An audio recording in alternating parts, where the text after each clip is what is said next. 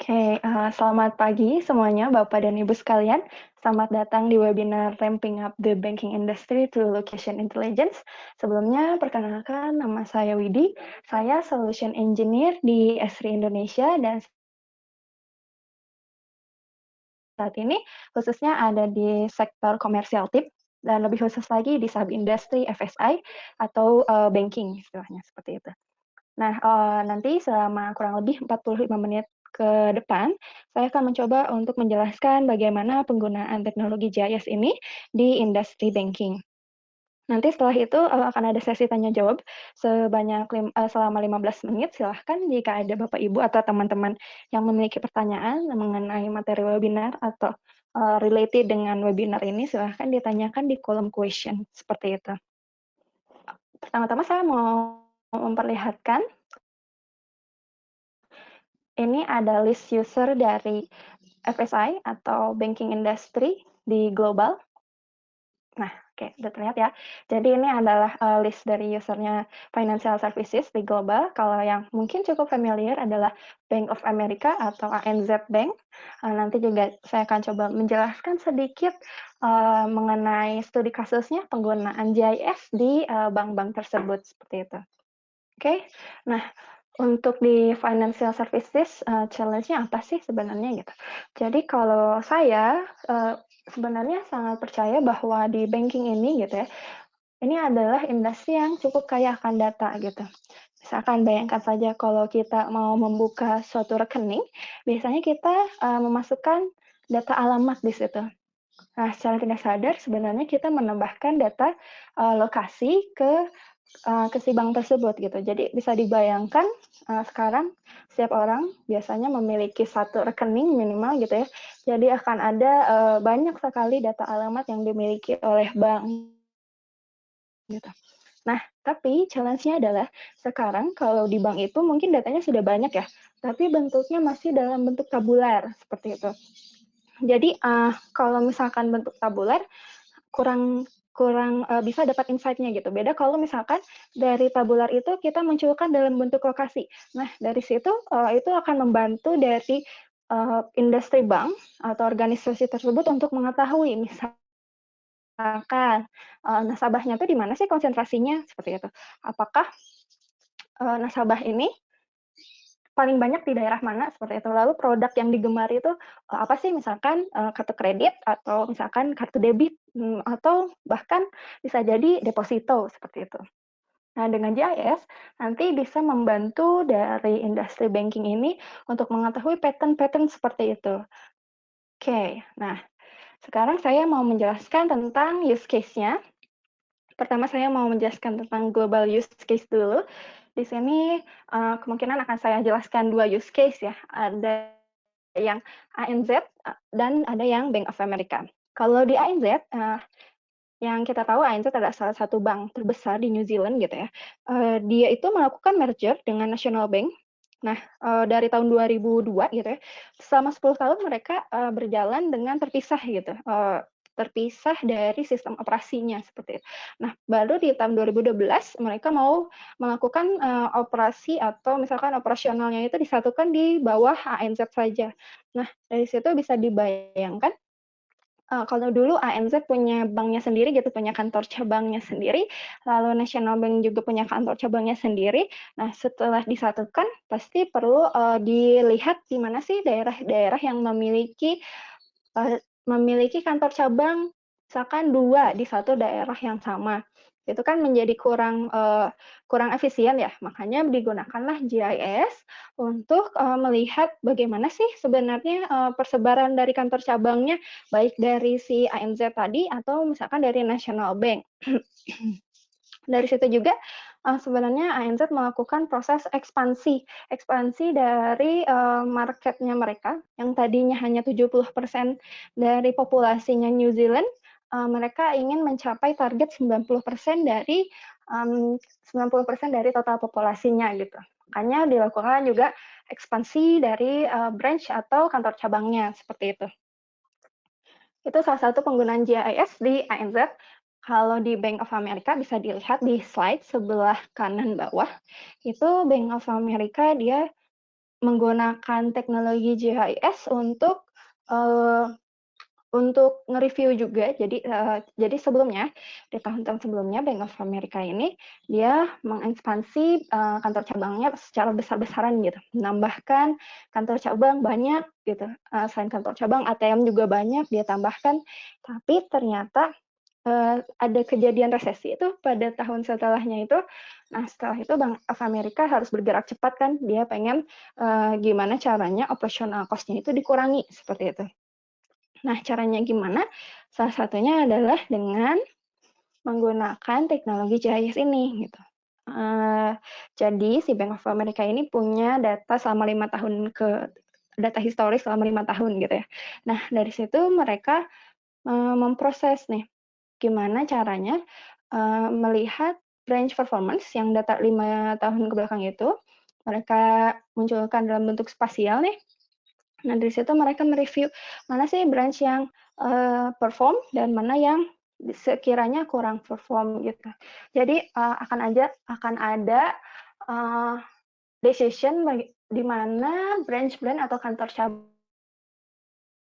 yang perlu dipertahankan seperti itu.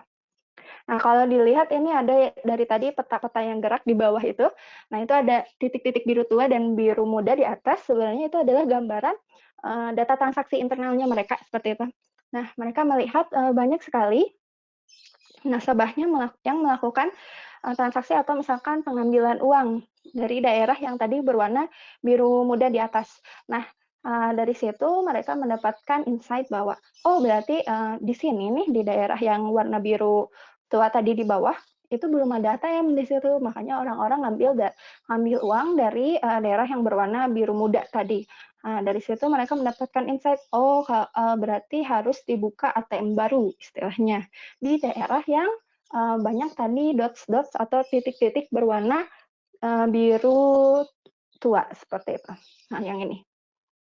Jadi mereka melakukan site selection atau pembukaan ATM baru seperti itu. Dilihat dari data transaksinya yang sudah dispasialkan, istilahnya seperti itu. Nah, untuk di Indonesia sendiri, jadi ada salah satu bank yang sudah menggunakan teknologi GIS. Ini adalah Bank Muamalat. Seperti yang kita tahu, Bank Muamalat ini merupakan salah satu bank syariah terbesar di Indonesia. Seperti itu. Nah, kalau dilihat dari marketnya, bank syariah ini memang unik seperti itu.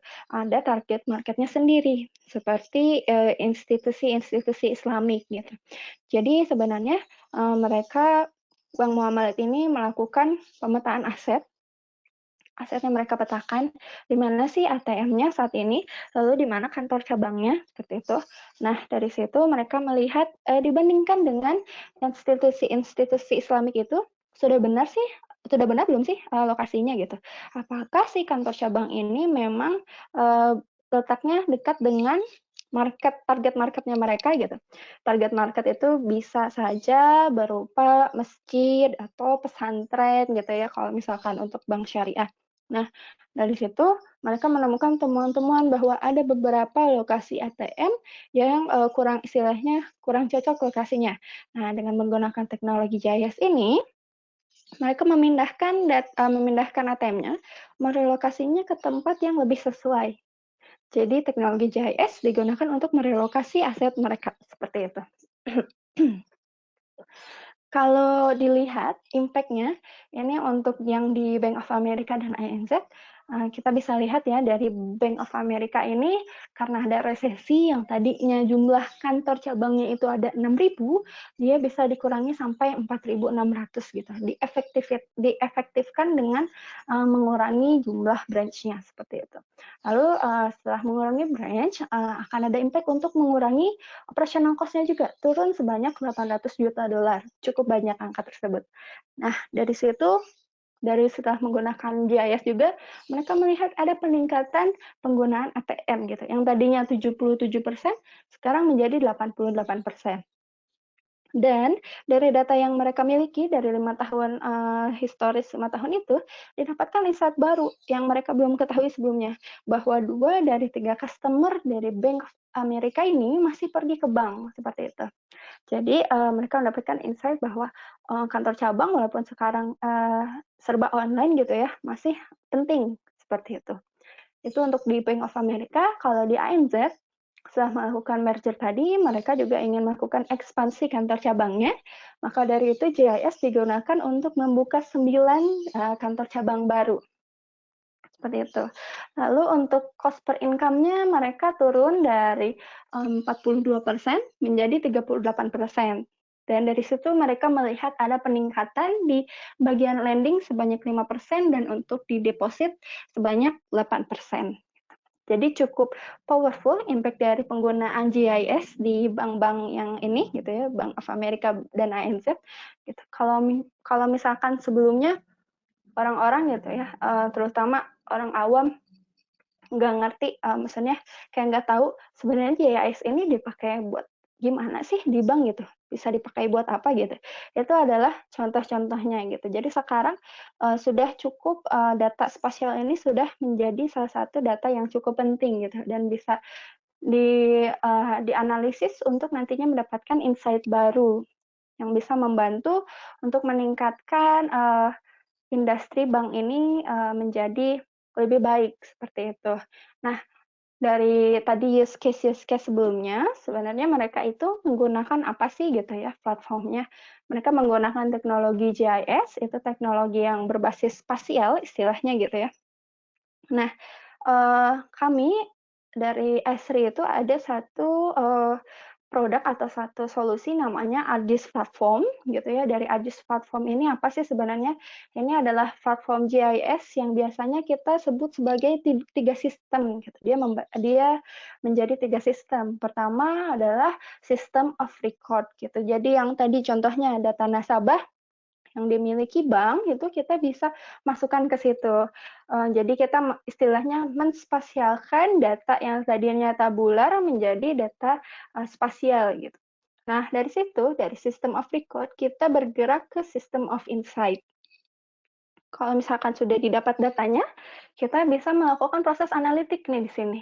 Analitiknya seperti apa? Jadi analitiknya itu bisa berupa analisis, contohnya kita pengen tahu nih konsentrasi dari, user-nya atau konsentrasi dari nasabah bank itu, di mana sih kebanyakan. Kalau di Pulau Jawa, di sebelah mananya gitu. Kalau di Jakarta di, kecamatan yang mana, seperti itu. Ini bisa kita dapat dari System of Insight. Selanjutnya, ini, setelah kita mendapatkan hasilnya dari proses analitik tersebut, kita bisa membagikan data tersebut ke pihak-pihak yang terkait. Contohnya kita, bagikan ke eksekutif gitu ya, ke board of director gitu. Kita pengen ngasih tahu nih, oh sekarang nasabah itu konsentrasinya di sini dan misalkan ini daerah yang potensial untuk, dibuka kantor cabang baru gitu. Jadi kita bisa buat nih, system of engagement berupa aplikasi gitu dan, peta di situ agar, eksekutif bisa melihat bagaimana sebenarnya data banking yang mereka miliki saat ini, dan apa yang bisa ditingkatkan dari situ. Oke. Nah, untuk meningkatkan industri banking ini ada salah satu solusi yang bisa, yang cukup relate gitu ya, sangat relate, ini adalah namanya market development. Market development ini seperti bisa dilihat di, grafik ini ya, terdiri dari beberapa rangkaian yang cukup banyak nih, ada 8 sebenarnya. Tapi dari 8 itu bisa kita kelompokkan, sebenarnya tujuan dari market development itu sendiri adalah untuk market optimization, performance monitoring, business reporting, dan strategic planning gitu. Kita membaginya seperti itu. Nah, nanti di slide-slide berikutnya kita akan menjelaskan bagaimana ARGIS platform ini bisa membantu untuk mencapai tujuan-tujuan market development tersebut.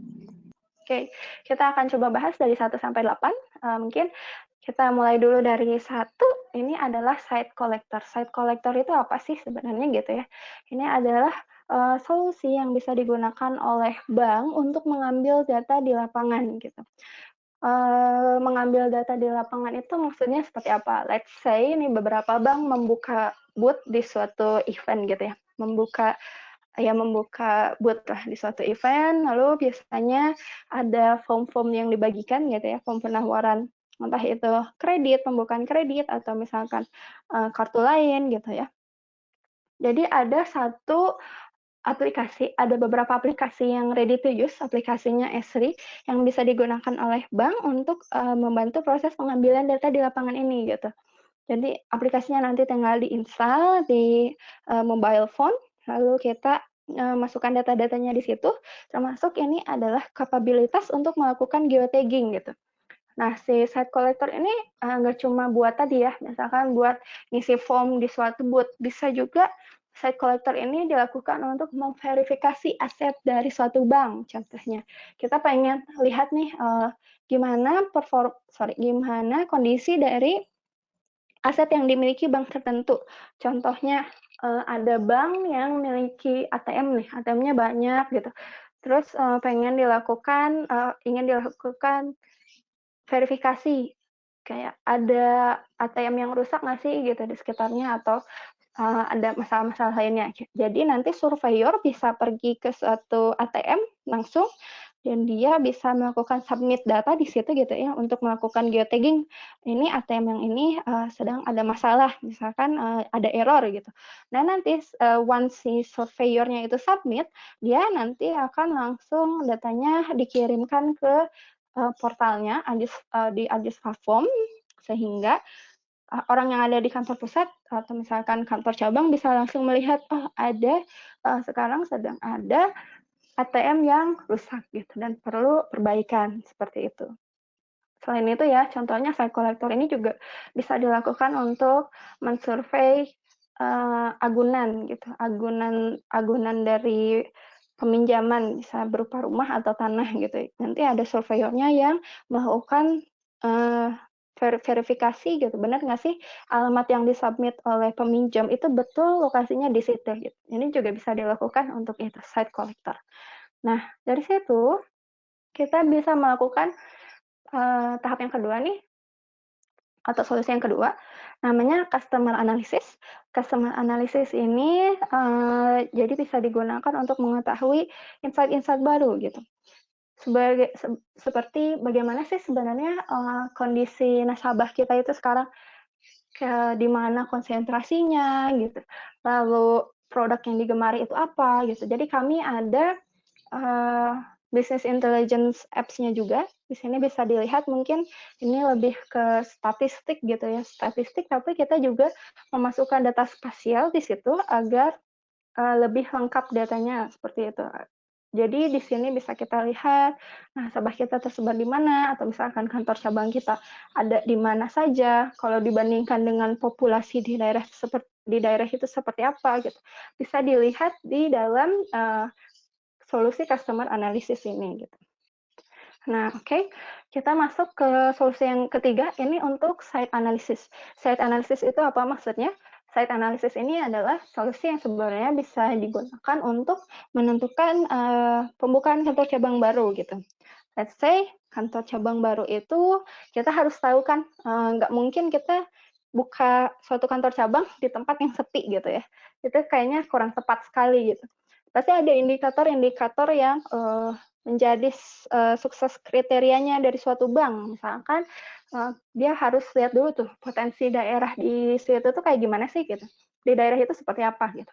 Apakah di situ ada infrastruktur yang sedang dibangun gitu, atau misalkan ada hotel, mall, atau perumahan, dan kondisi UMKM-nya di daerah itu seperti apa gitu. Itu menjadi salah satu beberapa kriteria gitu ya yang bisa membantu industri banking untuk mengetahui di mana sih potensial area yang bisa digunakan untuk membuka kantor cabang baru, seperti itu. Oke, nah nanti juga setelah menjelaskan ke-8 poin itu akan ada sedikit demo untuk lebih melihat ya bagaimana penggunaan AGIS ini, aplikasinya seperti apa untuk menyelesaikan solusi-solusi yang di atas ini. Oke, selanjutnya ini adalah market potensial gitu. Kalau di banking biasanya ada unit bisnis yang terdiri dari funding dan financing atau kredit biasanya gitu ya. Kalau funding itu dia, mencari dana yang, untuk dimasukkan ke dalam bank, bisa berupa tabungan, giro, atau misalkan deposito, yang nantinya akan digunakan oleh divisinya kredit untuk meminjamkan uang, istilahnya seperti itu ya. Nah, untuk yang funding ini sebenarnya bisa menggunakan solusi nih yang market potensial gitu. Jadi dia bisa melihat nih di sekitar, kantor cabangnya itu ada organisasi apa saja sih, ada point of interest apa saja. Kalau misalkan, marketnya itu berupa organisasi atau lembaga pemerintahan, bisa dilihat nih ada kantor pemerintahan apa saja di sekitarnya. Atau misalkan bisa lihat juga, ada kompetitornya tuh di mana saja sih lokasinya, seperti itu. Nah, ini sangat berguna nantinya untuk membantu pihak banking, terutama di, bagian funding, seperti itu. Nah, untuk yang self performance, ini adalah, dashboard ya biasanya bentuknya seperti ini, bisa dilihat contohnya. Dari dashboard itu kita bisa melihat, dari kantor cabang, misalkan suatu kantor cabang tertentu bagaimana pencapaiannya pada bulan itu, atau misalkan pada minggu itu. Kalau misalkan, di sini jadi kita bisa lihat nih indikatornya, seperti apa, bagaimana pencapaian depositonya misalkan atau tabungannya, penambahan nasabahnya berapa di situ. Ini bisa kita masukkan dalam suatu dashboard seperti ini gitu. Selanjutnya dari itu ada solution yang keenam yang nggak kalah menarik, ini tentang network optimization gitu. Network optimization ini apa? Jadi network optimization ini bisa berupa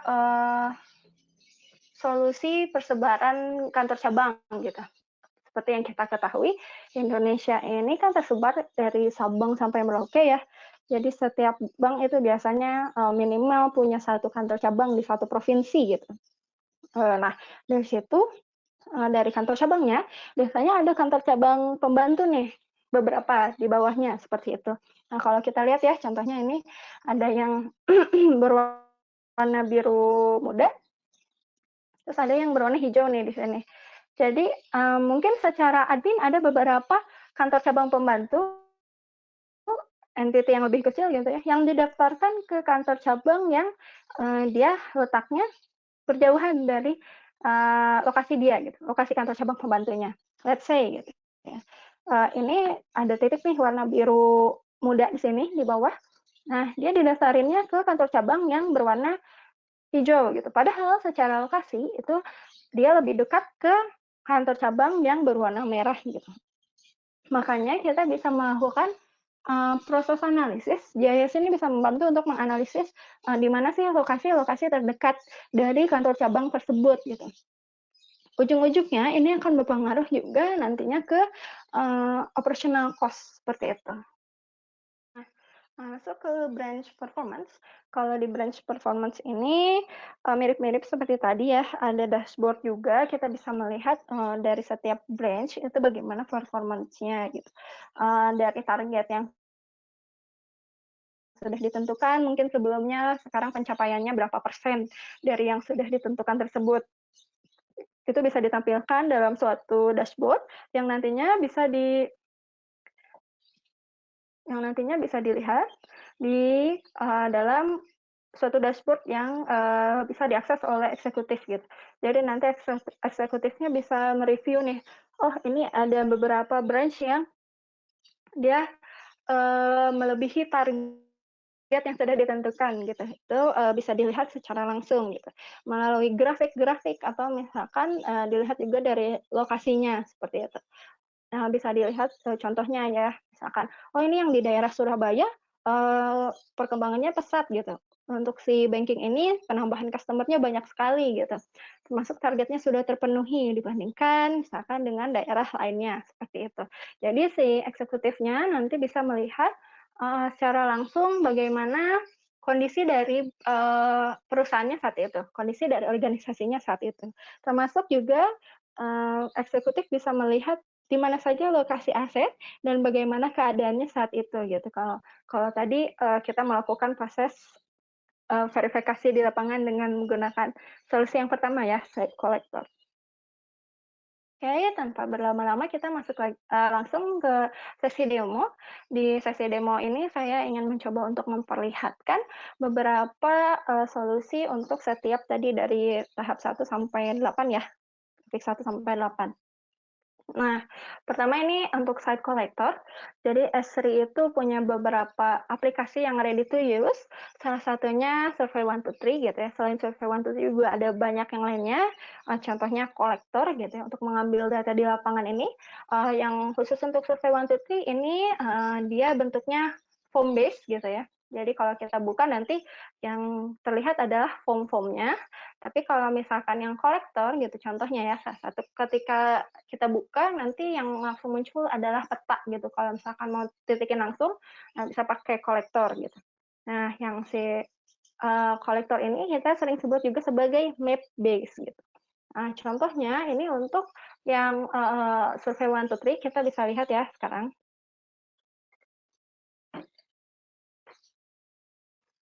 Nah, survei 1 to 3 ini kurang lebih seperti ini penampilannya. Kita bisa masukkan logo di atas, lalu kita juga bisa menambahkan pertanyaan-pertanyaan yang diinginkan. Kalau ini studi kasusnya adalah untuk pembukaan pembukaan rekening baru misalkan, bisa kartu debit atau misalkan kartu kredit. Let's say gitu ya, ada satu bank namanya Bank Nihiwatu.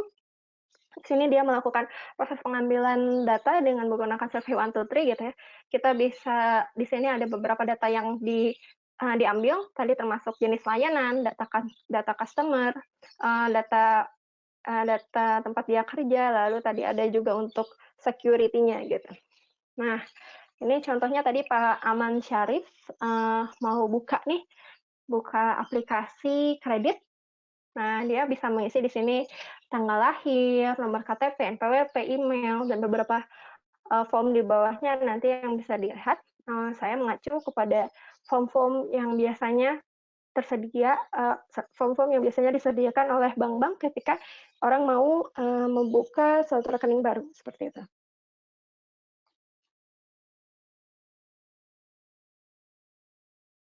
Nah, di sini juga kita bisa isi tuh jenis kelamin, misalkan mau laki-laki atau perempuan gitu. Nah, ini juga berlaku untuk jenis-jenis pertanyaan yang lain juga seperti itu. Oke. Nah, di sini juga kita bisa melakukan geotagging ya. Jadi geotagging ini contohnya, nah ini kotanya misalkan di Surabaya ya studi kasusnya, dan kalau kita misalkan pilih Kecamatan Pakal, nanti kelurahannya bisa diatur untuk otomatis muncul hanya untuk kelurahan-kelurahan yang ada di Kecamatan Pakal saja, seperti itu. Nah, nanti kita bisa melakukan proses geotagging untuk lokasi tempat tinggal. Jadi nanti kalau misalkan diklik akan muncul peta seperti yang dilihat oleh Bapak Ibu dan teman-teman. Nah, di sini kita bisa masukkan suatu alamat. Nah, contohnya saya masukin daerah Surabaya nih. Nah, setelah itu saya klik yang centang, nanti dia langsung masuk alamatnya di daerah tersebut. Itu contoh saja gitu. Nah, kalau misalkan itu juga sebenarnya lokasinya bisa untuk locate me ya istilahnya. Jadi si aplikasi ini langsung mendetek di mana lokasi saya berada sekarang gitu. Oke, nah ini misalkan si Pak Aman ini kerjanya di Asli Indonesia gitu sebagai solution engineer.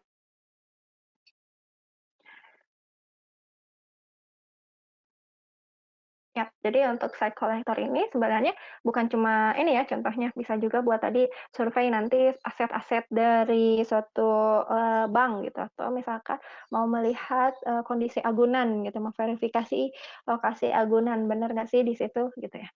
Itu salah satu beberapa contohnya gitu. Nah, survei One ini juga bisa kita tambahkan foto gitu, attachment foto di situ, atau dokumen-dokumen lain pendukung, misalkan ada dokumen yang mau dilampirkan, ini contohnya foto, random aja. Nah, setelah itu untuk menghemat protection ya, biasanya ada data-data yang ingin di-submit sebagai security-nya gitu. Tadi juga kita bisa masukkan tuh, tanda tangan gitu. Nah, ini bisa langsung di-submit dan nanti bisa langsung ditampilkan di, peta yang ada di kantor pusat misalkan, orang, atau supervisor yang sedang melihat di kantor pusat.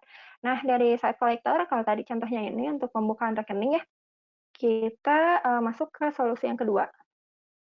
Untuk customer analysis, jadi tadi data-data yang sudah di-collect menggunakan survei 1 to 3, kita masukkan ke dalam BI kami gitu ya, Business Intelligence-nya SEI namanya Insight. Nah, di Insight ini kita bisa, mengakses data yang tadi sudah di-collect sebelumnya gitu. Nah, jadi, prosesnya sangat mudah, kita tadi tinggal menambahkan, dia langsung mendetek nih data lokasinya, lokasi-lokasinya. Data geotagging-nya yang tadi kita ambil di lapangan itu langsung terdetek gitu. Di sini udah ditampilkan. Bisa dilihat ini adalah persebaran nasabah dari Nihiwatu Bank tadi ya, Nihiwatu Bank.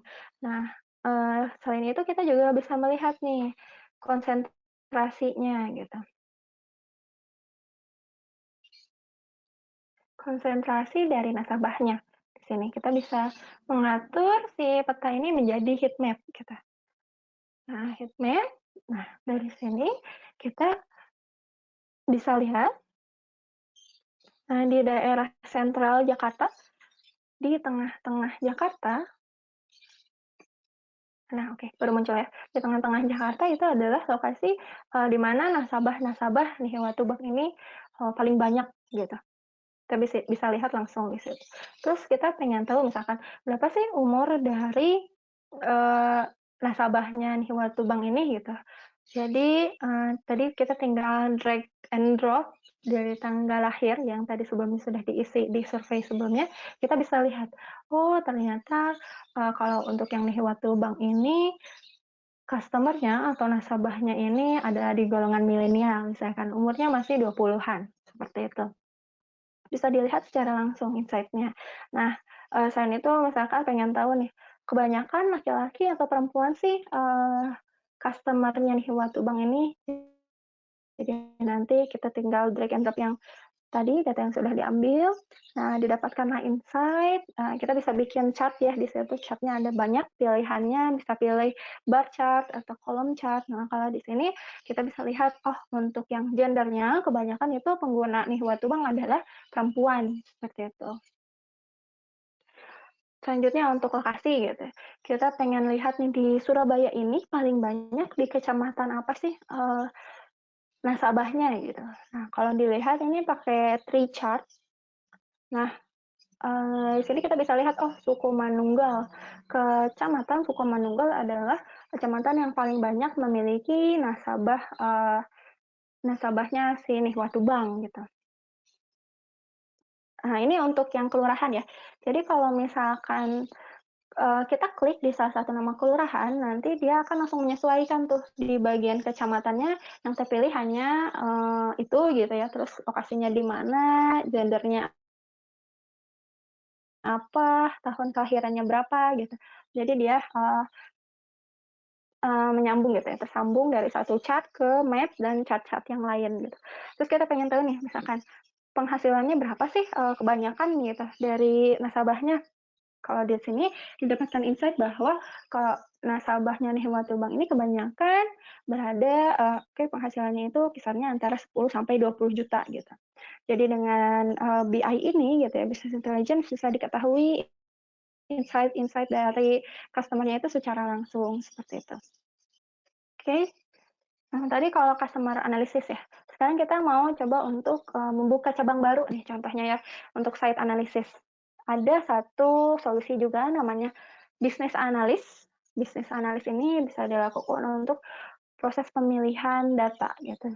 Bisa dilihat contohnya ya, kita punya 8 potensi, lokasi untuk kantor cabang baru gitu ya.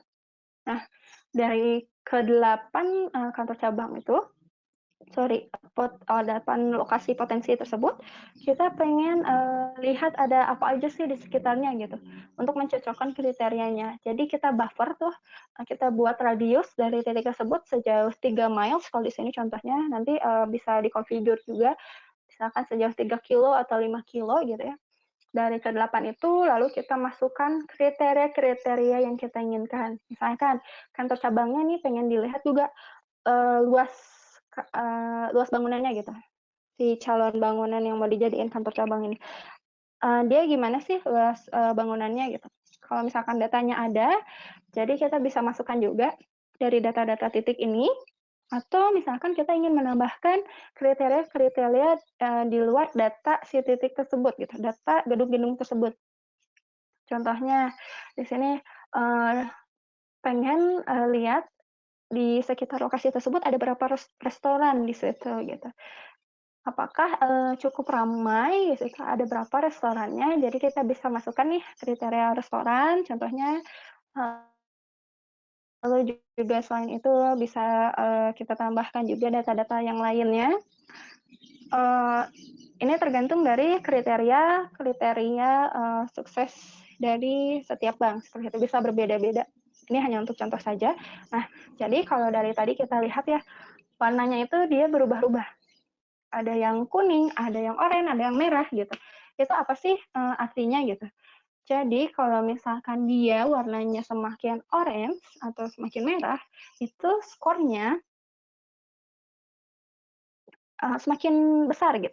Jadi si bisnis analis ini melakukan proses scoring dari semua calon site ini, calon kantor cabang ini, dia coba scoring berdasarkan kriteria-kriteria yang sudah kita tentukan sebelumnya. Contohnya, ini untuk yang transport ya di sekitarnya, ini contoh, kita bisa atur juga threshold-nya tuh, jumlahnya dari berapa sampai berapa. Contohnya misalkan dari 0 sampai 10, minimal harus ada 10 transport di situ gitu. Ada entah stasiun atau apa gitu contohnya. Nah, selain itu juga kita bisa mengatur bobot dari kriteria tersebut. Contohnya, restoran ini berperan penting nih di suatu bank tertentu gitu. Dia mau atur si weight-nya atau bobotnya menjadi 50% di bagian sini nih. Nah, dari sini kita bisa kunci juga. Jadi dia tetap nih 50%, yang lainnya menyesuaikan, seperti itu. Nah, dari situ nanti akan muncul tabel hasilnya, seperti yang bisa dilihat juga. Kalau dia semakin berwarna biru, berarti dia bagus sekali nih skornya gitu, dari kriteria-kriteria yang sudah ditentukan. Nah, kalau di sini contohnya berarti si Tower 55 ini yang paling cocok untuk dibuka kantor cabang baru, seperti itu contohnya. Oke, selanjutnya kita masuk ke solution yang untuk market potensial. Di sini ada suatu web app. Web app ini berisikan data demografi, batas admin di bawahnya, dan juga ada beberapa kantor cabang dan kantor cabang pembantu. Kantor cabang itu, untuk bulatan-bulatan yang lebih besar, dan kantor cabang pembantu yang lebih kecil gitu. Di sini kita menambahkan beberapa data point of interest seperti ATM, bank, healthcare, real estate, retail, education, travel destination, place of worship, dan lain sebagainya di dalam aplikasi ini, sehingga kita bisa tahu di sekitar lokasi kantor cabang tersebut ada apa aja sih gitu, POI-nya, ada institusi apa saja sih di sekitar itu gitu. Jadi di sini juga kita bisa lihat ada legendanya ya, kita bisa tahu kalau misalkan warna hijau berarti dia kantor cabang nomor 4, contohnya seperti itu. Nah, ini ada widget atau tools namanya situation awareness. Kita bisa atur misalkan dari satu titik nih di buffer sejauh 3 kilo. Nah, nanti dari situ dia akan calculate ada ATM apa saja di situ, ada bank apa saja di situ, healthcare-nya apa saja, lalu misalkan place of worship-nya di mana saja gitu. Termasuk itu ya, institusi edukasinya di mana saja gitu, bisa dilihat. Nah, selain itu ada juga tools namanya screening. Ini yang lebih simpelnya istilahnya gitu ya. Kita bisa masukkan di sini, suatu titik juga, bisa titik, bisa poligon, bisa, kita random gitu ya gambarnya, itu bisa pakai alat ini, cleaning. Terus dari situ kita buffer istilahnya buat radius berapa kilometer gitu ya. Nah, di sini bisa dilihat summary-nya, untuk kantor cabangnya ada berapa, misalkan kantor cabang pembantunya ada berapa, lalu data-data lainnya yang ingin kita summary juga di situ. Dan data ini bisa di-download juga dalam bentuk CSV contohnya gitu. Untuk nanti misalkan di-keep oleh suatu divisi tertentu atau dibagikan ke divisi lain.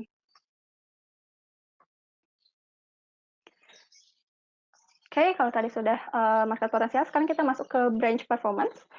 Untuk branch performance ini contohnya misalkan di suatu daerah Jakarta, nah kita bisa lihat financingnya berapa, fundingnya berapa, lalu NPL-nya seperti apa gitu ya. Ini contoh saja, ini datanya dummy, data random gitu ya. Kita juga bisa lihat number of account dan number of customer-nya dari suatu daerah itu bagaimana, suatu kantor cabang itu seperti apa sih gitu. Nah, dari situ kalau misalkan kita pilih nih tadi di listnya gitu, nanti dia juga bisa zoom ke suatu daerah sesuai dengan yang sudah kita pilih gitu. Nanti indikator-indikator di atasnya akan menyesuaikan dengan kondisi di sekitar kantor cabang tersebut. Ini contoh saja ya. Jadi indikatornya nanti juga bisa dikonfigur gitu ya. Entah itu yang mau dimasukkan misalkan financing, funding, atau NPL, atau misalkan LDR, LCR, masih banyak yang lainnya ya, tergantung dari banknya itu bagaimana menilai dari performance banknya. Oke, ini ada solution untuk network optimization. Nah, network optimization ini dia lebih menganalisis di mana lokasi-lokasi terdekat dari suatu kantor cabang tertentu. Misalkan ya, yang bulatannya lebih besar itu adalah kantor cabang, dan titik-titik yang tersebar di sekitarnya adalah kantor cabang pembantu gitu. Bisa dilihat banyak sekali nih contohnya gitu ya, kantor cabang pembantunya, dan beberapa juga sudah disimbolisasikan atau dibuat gitu ya, agar warnanya sesuai dengan kantor cabangnya. Kayak ini contohnya ya, ini kantor cabangnya warna biru, yang di sekitarnya ada biru-biru juga gitu. Nah, lalu di dekatnya ini ada yang berwarna hijau gitu. Kalau secara lokasi sebenarnya dia lokasinya lebih dekat ke kantor cabang yang warna biru gitu. Tapi secara admin dia didaftarkannya ke kantor cabang yang berwarna hijau gitu. Maka dari itu dengan menggunakan JS kita bisa melakukan analisis nih.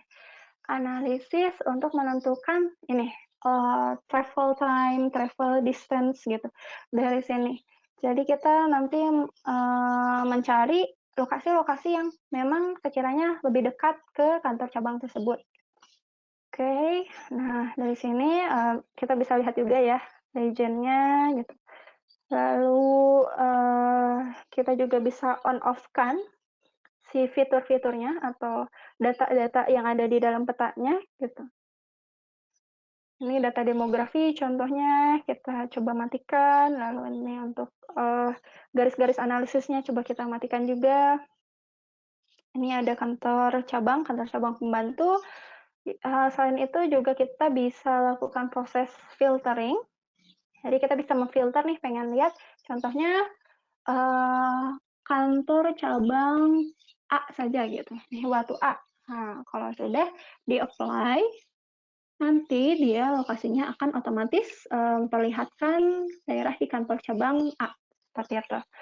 Nah, ini salah satu beberapa penggunaan dari teknologinya Esri gitu ya, teknologinya GIS di banking yang sekiranya bisa membantu untuk meningkatkan market development-nya gitu, untuk market development lah istilahnya seperti itu. Sudah cukup sekian untuk penjelasannya, silahkan Bapak dan Ibu kalau misalkan ada pertanyaan bisa langsung diisi di kolom chat, seperti itu.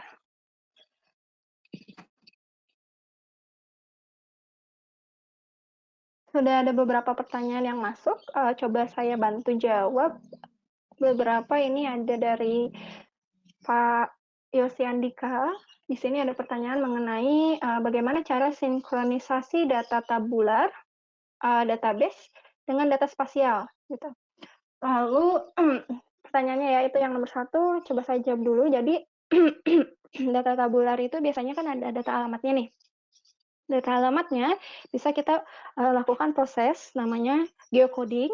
Jadi geocoding itu mengubah data alamat menjadi data spasial atau data titik gitu. Data titik dari misalkan lokasi alamat nasabah ya. Itu jadi bisa kita bantu nih, ada servisnya untuk mengubah data alamat tadi menjadi data spasial. Itu yang nomor satu. Lalu yang nomor dua, kebutuhan kredit AJIS online setiap analisis data agar tidak overload gitu. Jadi ya betul, untuk teknologi kami juga ada namanya ADIS Online. ADIS Online itu juga bisa dilakukan untuk proses analisis, yang analisis itu beberapa menggunakan kredit gitu. Gimana caranya agar tidak overload? Pertama berarti kita harus melakukan sizing dulu. Kita akan harus merencanakan dulu nih, analisis apa saja yang mau dilakukan di situ gitu. Lalu seberapa banyak, misalkan tadi ya untuk yang network optimization, kita harus tahu ada berapa kantor cabang, lalu ada berapa kantor cabang pembantu di sekitarnya gitu. Lalu berapa sih consume kredit kalau misalkan melakukan analisis dari kantor cabang ke kantor cabang pembantu tersebut gitu. Yang ini ya, bentar. Nah, yang ini. Jadi kita bisa melakukan sizing terlebih dahulu. Untuk melakukan analisis, misalkan sejumlah 200 titik, berapa sih kredit yang akan di-consume nantinya, gitu. Jadi, dilakukan proses perencanaan sebelumnya. Oke, itu yang nomor 2. Lalu nomor 3 pertanyaannya adalah, network optimization yang membedakan dengan GWR. Oke, untuk GWL-nya mungkin bisa diisi lagi di kolom chat maksudnya apa, Pak Yosi? Saya kurang familiar dengan GWR tersebut. Saya coba jawab dulu yang poin nomor 4. Nah, untuk dashboard yang indikator, bagaimana sih cara menampilkan update tanggal terbaru? Oke, untuk update tanggal terbaru, sebenarnya di dashboard itu kita bisa, di dashboard ini sebenarnya kalau dilihat ini ada last update a few seconds ago gitu ya, kita bisa tahu, oh ini di-update-nya kapan terakhir, atau misalkan karena datanya sudah ada data alamat, data tanggal gitu ya, kita bisa masukkan di situ, terakhir ini datanya update-nya kapan gitu. Seperti contohnya di dashboard coronavirus mungkin yang sudah beberapa pernah dilihat yang global, di situ ada, kita bisa melampirkan tanggal berapa terakhir data ini di-update, seperti itu.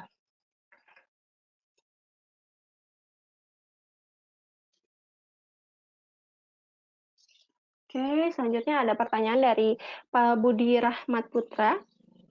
Apakah ArcGIS bisa membaca langsung data dari database non-spasial atau tabular biasa untuk proses olah atau analisis data dengan data spasial dari geodatabase? Lalu, software apa saja yang dibutuhkan gitu ya, dan bagaimana gambaran umumnya. Jadi, di Esri ini platform kami juga sudah, bekerja sama dengan beberapa ADBMS yang kompatibel gitu ya, yang bisa langsung dikonekkan gitu.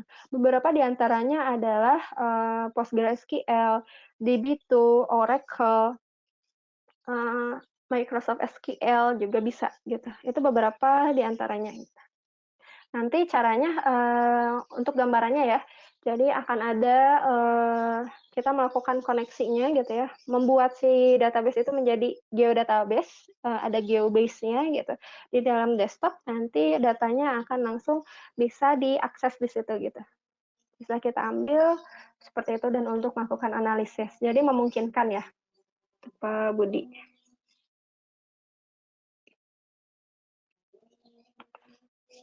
Oke, lalu ada pertanyaan dari Pak Eki Amrullah gitu. Ini harus connect dengan core banking apa bisa stand alone gitu. Jadi kalau misalkan beberapa kasus sih kita membedakan ya database-nya dengan yang core banking gitu. Karena agar lebih aman saja gitu ya, jadi di server yang berbeda biasanya dipasangnya, seperti itu. Dan agar lebih, leluasa juga untuk melakukan proses development-nya di situ gitu ya, untuk nanti dilakukan proses production-nya, seperti itu. Oke, selanjutnya dari Pak Saiful Anwar. Apakah penggunaan JIS pada sektor finansial bisa berpengaruh pada jaminan keamanan nasabah? Misalkan ada nasabah yang mengambil uang dalam jumlah besar, kemudian data bocor ke tangan pelaku kejahatan, kemudian dilakukan perampokan gitu. Jadi takut ada kebocoran data ya Pak. Pak Saiful, jadi sebenarnya pemasangan si JIS platform ini bisa dilakukan di dua gitu. Pertama bisa dilakukan di on-premise kita sendiri gitu ya, kita yang mengelola servernya, kita yang mengatur security-nya seperti apa, keamanan datanya seperti apa, itu bisa kita atur sendiri di dalam, enterprise kita gitu, di on-premise gitu, untuk, keamanan. Jadi, istilahnya, yang mengatur security-nya itu nanti bisa dari banknya sendiri gitu. Karena, kalau data bank biasanya sensitif dan tidak bisa di cloud ya, apalagi itu adalah data nasabah, seperti itu. Jadi, keamanan itu, bisa diatur sendiri di, enterprise sendiri gitu, Pak. Oke, ada pertanyaan lain? Sebentar.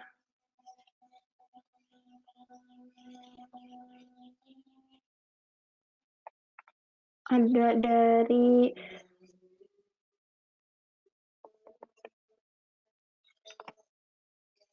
Sandi Anangga, Pak Sandi.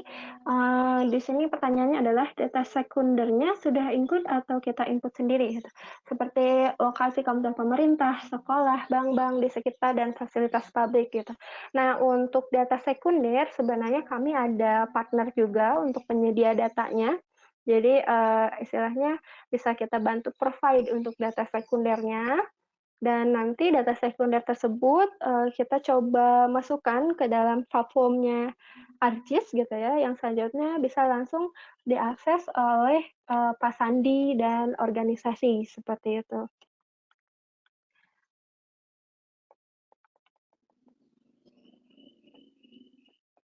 Nih, ada pertanyaan juga dari Pak Bayu Seno Aji, bagaimana caranya membuat query saat kita memilih kota atau kabupaten tertentu, maka kecamatan pada pertanyaan selanjutnya hanya terpilih sesuai kabupaten kota sebelumnya. Oke, jadi itu ada proses pengaturan ya di dalam survei 123-nya, kita pakai survei 123 Connect yang dia Excel base gitu, kita melakukan proses editing dan konfigurasinya di dalam Excel.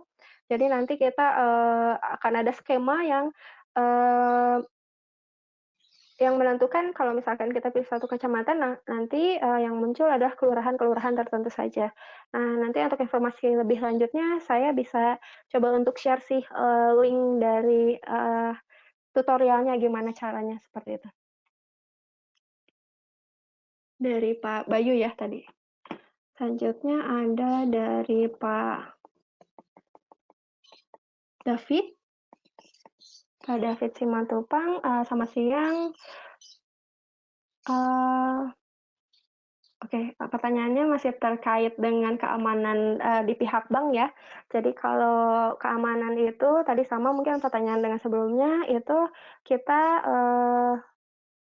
ArcGIS platform-nya bisa disimpan di on-premise sendiri yang mana kita mengatur sendiri gitu untuk security-nya gitu. Jadi bisa diatur oleh organisasi tersebut atau bank tersebut.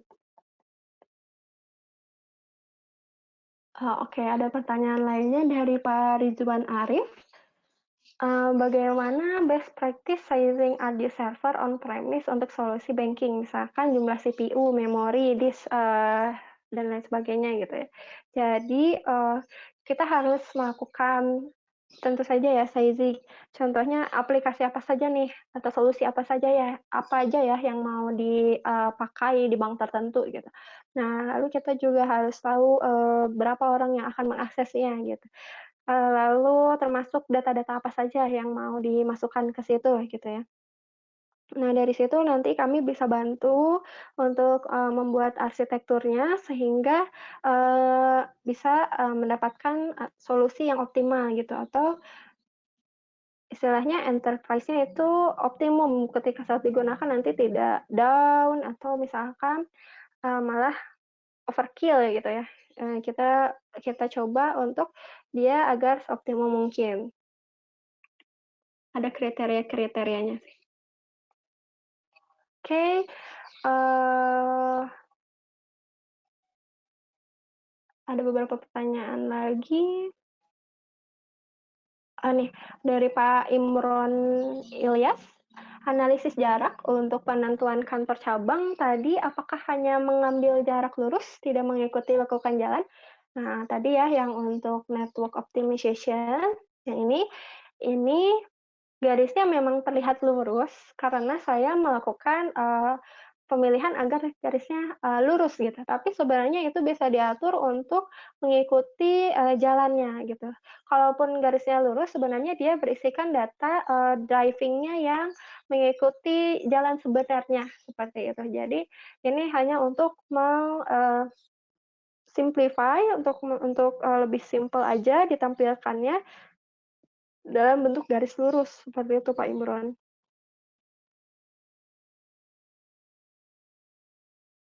Ini ada pertanyaan juga dari Pak Budi Rahmat Putra ya, karena banyak data-data tabular atau statistik berasal dari aplikasi atau database biasa non-spasial. Oke, sebentar. Oke, itu pertanyaan yang tadi sorry, udah dijawab juga.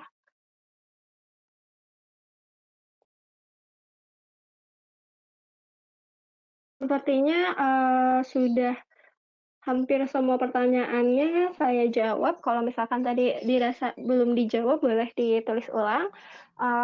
Karena waktunya juga sudah pukul 12 gitu ya, yang mana kita harus mengakhiri webinar ini. Tapi, nanti mungkin, pertanyaannya akan coba saya, jawab beberapa yang belum dijawab dan dikirimkan, oleh Esri Indonesia untuk, jawabannya nanti setelah webinar ini.